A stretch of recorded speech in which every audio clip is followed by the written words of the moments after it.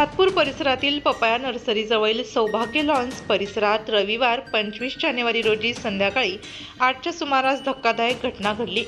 सौ रुपाली चौधरी या हळदी कुंकवाचा कार्यक्रमानंतर रस्त्याने घरी जात असताना अज्ञात चोरट्याने त्यांच्या गळ्यातील सोनसाखळी ओढून पळ काढला। या झटापटीत त्यांच्या मानेवर ओरखडे पडले आणि माझ्या घरापासून 2 मिनिटं सुद्धा अंतर नाहीये हे। दरम्यान परिसरातील नागरिकही जमा झाले। घटनेची माहिती मिळताच सातपूर पोलीस ठाण्यातील गुन्हे शोध पथकाचे सागर गुंजाळ यांनी तत्काळ घटनास्थळी भेट देऊन पाहणी केली। परिसरात अपुरा प्रकाश आणि काळोख असल्याने चोरट्याने त्याचा फायदा घेतल्याचे स्थानिक नागरिकांनी सांगितले। ती कुंकाला जाऊन येत होती तर माझी पोत होती ती एकदम जोरात मागून येऊन ठेचली, त्याच्यामुळे मला इथं क्रॅश पण पडलेला आहे। 8 वाजेच्या आसपास असेल। ताई नेमका हा प्रकार कुठे घडला?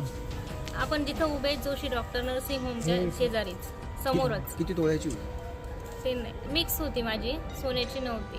पण सोन्याची जरी नसली, मला पोत सोन्याची असली तरी गेली असती तर त्याचं काहीच नाही वाटत। पण महिलांची सेफ्टी महत्वाची नाही का? जर त्याने काही ब्लेड असतं, चाकू असतं त्याच्याकडे तर आम्ही काय करायचं? ताई किती जण होते ते? एकच होता।